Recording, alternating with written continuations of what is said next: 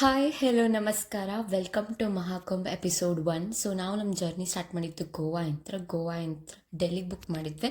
ಡೆಲ್ಲಿಂದ cab book ಮಾಡಿ ಪ್ರಯಾಗ್ರಾಜಿಗೆ reach ಆದ್ವಿ. So Prayagraj ಒಳಗೆ ನಾವು ಇದ್ದಿದ್ದು ಮಧ್ವಾ ಮಠ್ ಒಳಗೆ. ಅಲ್ಲೇ ಪ್ರಸಾದ ಸೇವನೆ ಮಾಡಿ ನಾವು ಪ್ರಯಾಗ್ರಾಜನ್ನು ಎಕ್ಸ್ಪ್ಲೋರ್ ಮಾಡ್ಲಿಕ್ಕೆ ಅಂತೇಳಿ ಹೊಂಟವೆ. ಇಲ್ಲಿ ನೋಡ್ಬೋದು ಮಸ್ತ್ ಸನ್ಸೆಟ್ ಆಗ್ಲಿಕ್ಕತ್ತಿತ್ತು. ಇದು ವ್ಯೂ ಎಂಜಾಯ್ ಮಾಡ್ಕೋತ ದೀಪ ಹಚ್ಚಿದ್ವಿ, ನಮಸ್ಕಾರ ಮಾಡಿ ಎಲ್ಲ ಇವು ಅಖಾಡಾಸ್ ಎಕ್ಸ್ಪ್ಲೋರ್ ಮಾಡಿದ್ವಿ.